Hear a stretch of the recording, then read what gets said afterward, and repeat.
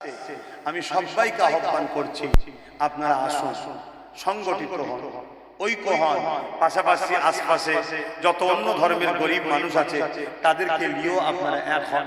তারাও বিপদে আছে, আমরাও বিপদে আছি। এই দেশে নিচু জাত হওয়ার জন্য তারা বলছে, আমি মানি না নিচু জাত বলে, মানুষ মানুষ আদিবাসী দলিতদের ঘরও বিভিন্ন রাজ্যে খুন করা হচ্ছে, পিটিয়ে পিটিয়ে মেরে দেওয়া হচ্ছে।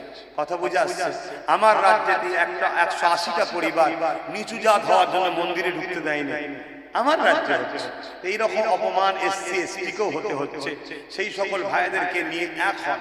যেসব ভাইয়েরা অন্য অন্য দল করেছেন আলাদা কথা, সব ভুলে যান, যা ছিল একটা সময় আলাদা কথা। নিজেরা একটা প্ল্যাটফর্ম তৈরি করেন। বিশেষ করে আজকে রাজ্য সরকার যেভাবে বলল দিল্লি চলে যাও আমার মসজিদ মাদ্রাসার ব্যাপারে, এর প্রতিবাদ হিসাবে আমি আহ্বান করব, আমার যেসব ভাইয়েরা রাজ্য সরকারের সঙ্গে জুড়ে ছিলেন সব তওবা করেন, ফিরে আসে, পরিবর্তন। ভুল মানুষ মাত্র হতে পারে না, হয় এ নিয়ে গিয়ে আপনাকে এমন গর্তই পুঁতবে যেখান থেকে আপনি উঠতে পারবেন না, যেখান থেকে উঠতে পারবেন না। আর যদি মনে হয় আরে তোরা আমাকে মুসলমান মনে করছিস, আমি তো হাকিকাতে মুসলমানই নই, তাহলে তার জন্য আমার কিছু বলার নেই। কেন এ সমাজে অনেক মুসলমান এমন আছে যারা সময়ের অপেক্ষা ঝুপঝাপ লাভ মেরে ধর্ম চেঞ্জ করে দেবে। এই যেমন কিছুদিন আগে শুনলেন না, একজন বলল পলগার ঘটনার পরে যে আমি ইসলাম ছেড়ে দিলাম, শুনেছেন না? শোনেন? অ্যাকচুয়ালি ও মুসলমানই নয়, এর আগে আরো 25 বার ছেড়েছিলাম ধর্ম। ওকে রাখা আছে, ওরকম প্রোটেকশন তৈরি করে রাখা আছে। কেন? এগুলো শুধুমাত্র আমাদেরকে ড্যামেজ কন্ট্রোল করার জন্য। অতএব এরকম অনেকে আছে তারা ঝুপঝাপ লাভ মেরে চলে যাবে, তখন কিন্তু আপনারা পুরো ফেঁসে যাবেন। তাই সময় থাকতে থাকতে আল্লাহর উপরে ভরসা রেখে হকের পক্ষে, ন্যায়ের পক্ষে, গরিবের পক্ষে আপনারা সর্বধর্মের গরিবরা সংগঠিত হন, ঐক্য হন। এটা আমার আহ্বান আপনাদের কাছে রইল। একজন পীরজাদা হিসাবে, একজন পীরের আওলাদ হিসাবে, একজন ধর্ম প্রচারক হিসাবে আমি আপনাদেরকে যা কিছু বললাম এটা আমার ধর্মের গণ্ডির মধ্যেই বলেছি। ধর্মই শিখিয়েছে অসহায় মানুষকে সাহারার রাস্তা দেখাও, বাঁচার রাস্তা দেখাও। এই কথা আমি দেখালাম।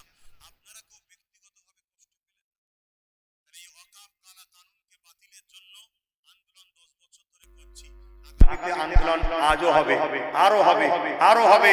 ততদিন পর্যন্ত আব্বাস সিদ্দিকী আন্দোলন করবে, যতদিন শুধু কালা কানুন বাতিল হবে তা নয়, যতদিন না আমরা আমাদের ওয়াকাফ ফিরে পাবো।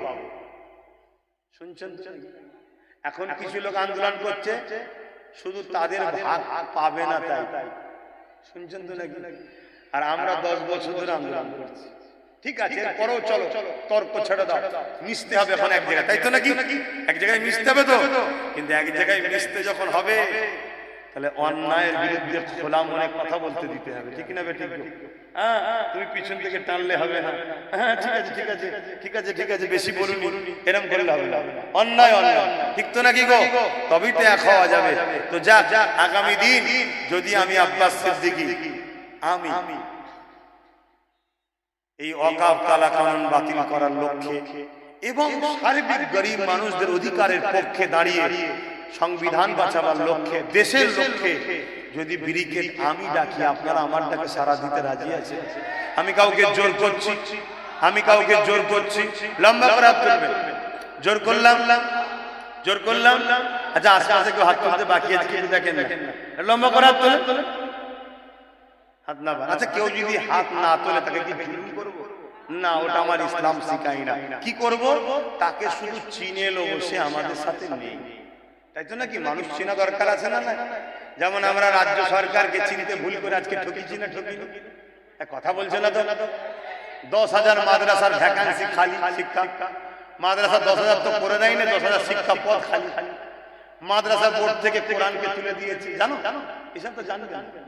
তারপরে 2024-এ ওয়াকাফ বোর্ডে 2জন অমুসলিমকে ঢুকিয়ে দিয়েছে, যেটা কেন্দ্র সরকার ঢুকাবার জন্য আইন করছে। অলরেডি ইনি ঢুকিয়ে দিয়ে বসে আছে, শুনছেন? তাহলে বুঝতে পারছেন? এজন্য ইসলাম রাসূল বলল প্রকাশ্য দুশমনের থেকে ভয়ানক হলো বন্ধু সেজে দুশমন।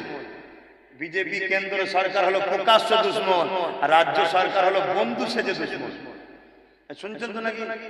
হ্যাঁ, বিরাট বড় দুশমন ইসলামের, এত বড় দুশমন ইসলামের এই সরকারের পুলিশকে দিয়ে আমার রাসূলুল্লাহর বিরুদ্ধে যে করলো তাকে ধরলো না, যারা রাসূলের হয়ে আন্দোলন করছে তাদের কাছে কেস দিচ্ছে। কত বড় দুশমন ইসলামের, বুঝতে পারছেন না?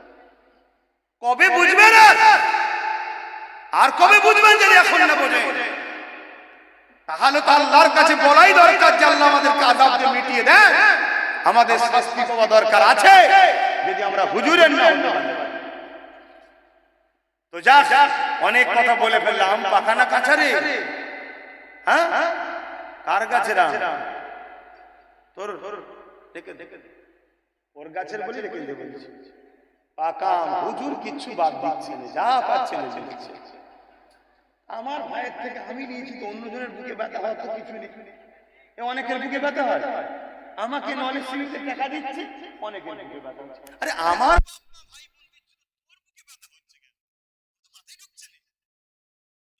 অনেক কথা বলে ফেলছে, আমার শেষ কথা,